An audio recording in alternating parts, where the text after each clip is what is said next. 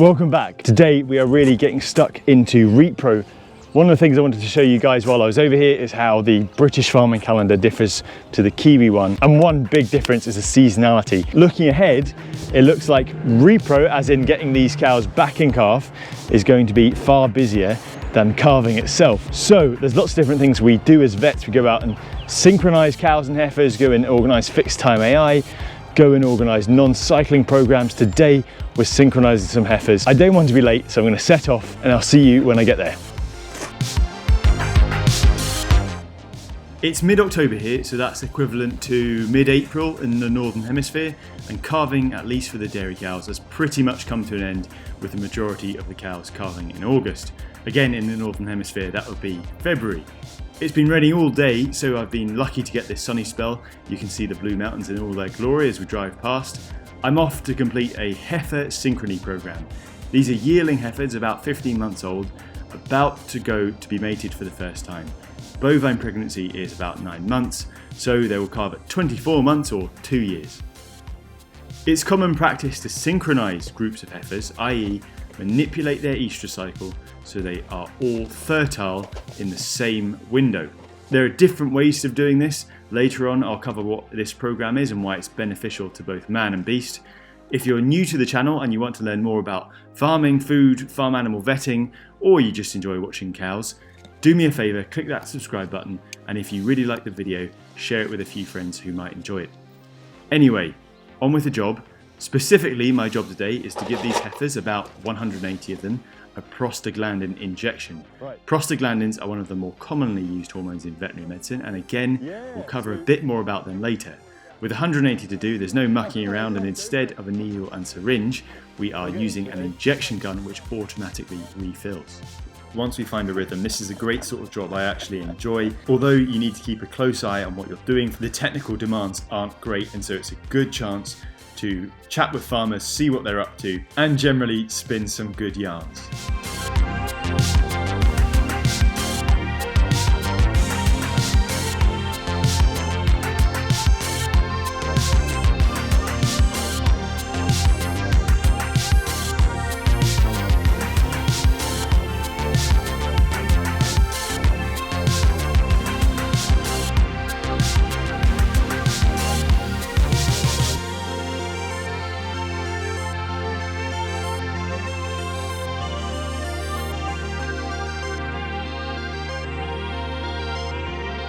Just back a bit.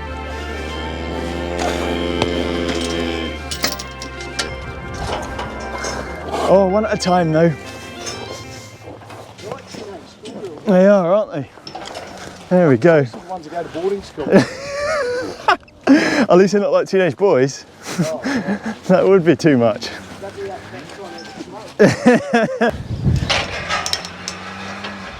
So the race we're on is, you see that cloud in the distance has been raining all day. So we're just trying to get these jabbed before they get wet. It's approaching fairly ominously, but we'll see what we can do.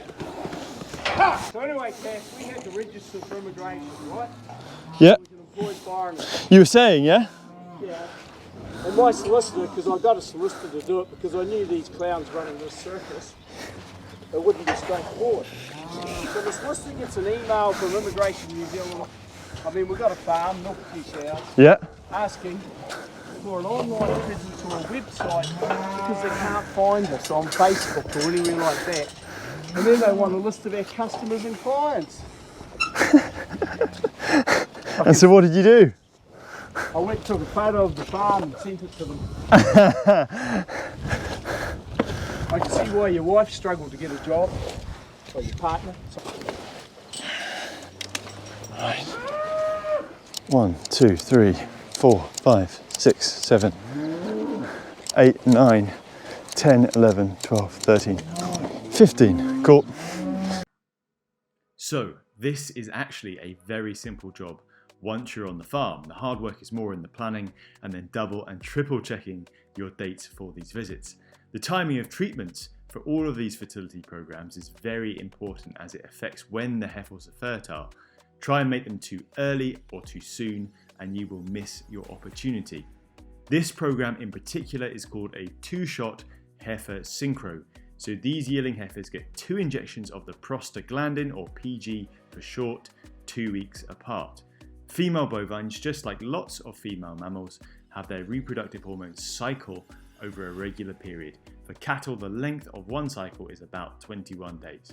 Before synchronization, the fertile windows of these girls would all be randomly distributed across that 3-week period. So when mating starts, if you were to wait around for each of these heifers to have a natural cycle, you'd be waiting for a minimum of 3 weeks before each got at least one chance of mating.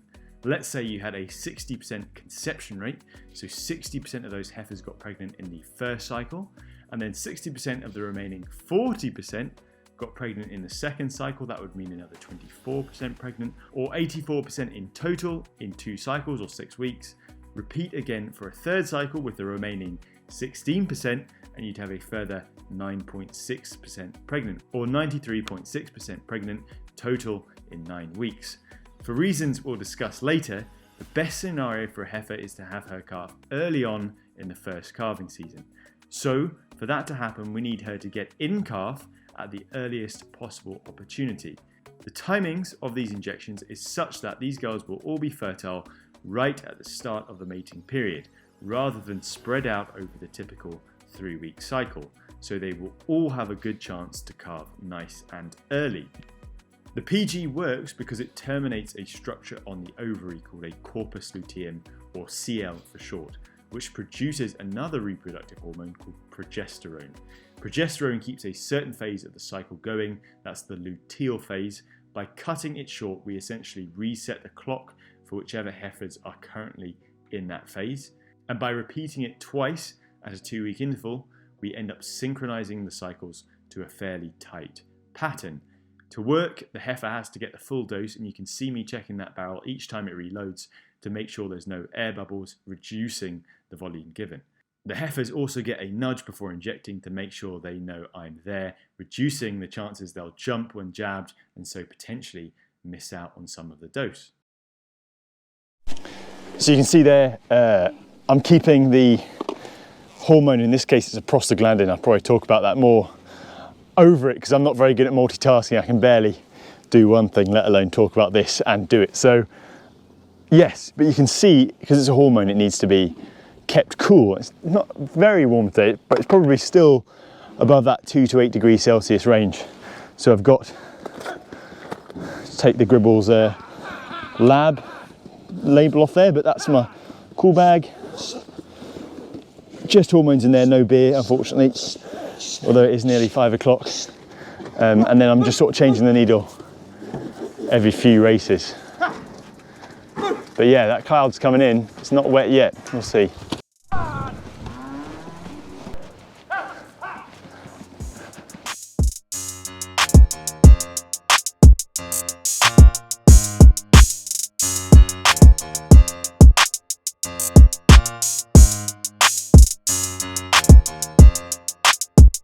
You might be asking yourself this: why am I doing this job and not the farmer themselves? Farmers treat and vaccinate their own livestock all the time. Why not do this job? The overarching factor is that PG can actually be a very dangerous drug to the injector. The first category of risk, intuitively, is to women of childbearing age. If they are exposed when pregnant, there is a very severe risk to the unborn baby, and with the ensuing complications, also to the mother.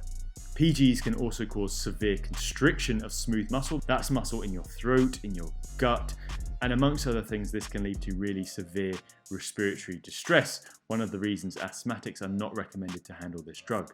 And you don't even have to self-inject, the stuff is readily absorbed through the skin and mucous membranes. Speaking from experience, it's very easy to become blasé about a product that you use all the time. But this is why PGs have to be handled with extreme care, and why, even though the vast majority of farmers are conscientious and professional, this is a vet or tech job only.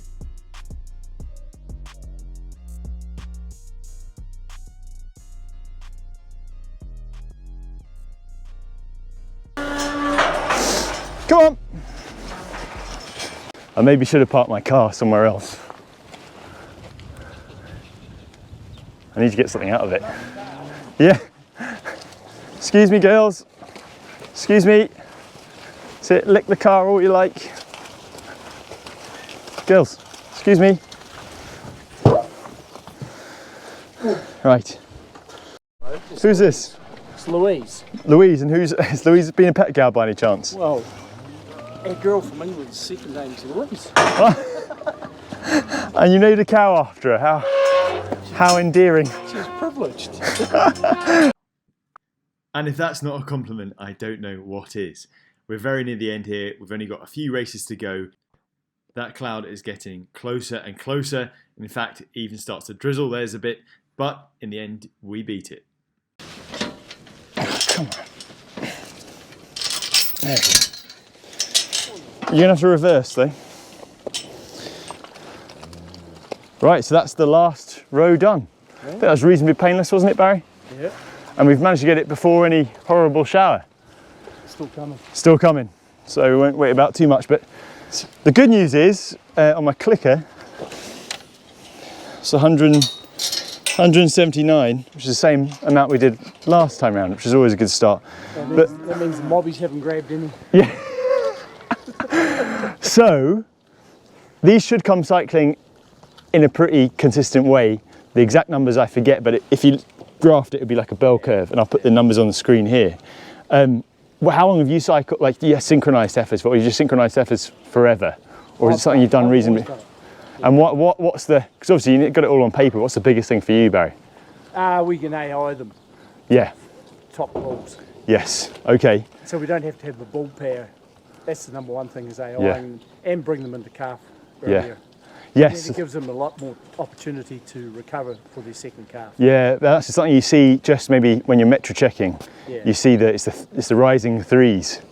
They're the ones who struggle, you know, typically. Yeah. So they're having their first calf, they've moved into a new social environment, first lactation, it's all a lot for them, isn't it? And so to ask them to get calf again quickly is quite a lot. Well, they've gone from being the heads of the boarding school to the first years at university. Yeah, that's... That's all they have. Yeah, that's a good analogy. And one thing we should have said, like, normally we'd be putting some sort of heat detection on, and you guys normally use scratchies, like little scratch pads. Thing, but it's because it's going to rain, I'll do it in the morning. Yeah, yeah. You can see there's one. There's already some that are on heat. Yeah. So there's some that are cycling now, and so they'll be served. You'll have your AI tech out. Will it be Sarah? Yeah. Yeah. So almost got an in-house AI tech. Look at that. She's in the shed. Look at it. Oi, get out of there. So yeah, Inquisitive, they are inquisitive is a nice word for it. Yeah. We were pedigrees once upon a time, but Yeah. there was no advantage in staying at pedigrees. But if we did the trace backs, we'd Yeah. be probably 3/4 at least. Yeah. So will these all go to Frisians as well? Yeah. Yeah. We Just don't- trying We're not into Kiwi cross. not to keep it black and white. Yeah. Good stuff. We keep it simple, stupid. Works for me. Good. Right. Well, I should probably let you get these guys cleared off, but. Yeah, and I might go for a mountain bike ride. Oh, good stuff. Good stuff. Right. Hope you guys enjoyed that. I appreciate it's probably 10 minutes of watching me inject cows or heifers, so it might not be that exciting, but hopefully it was. And otherwise, I'll see you next time.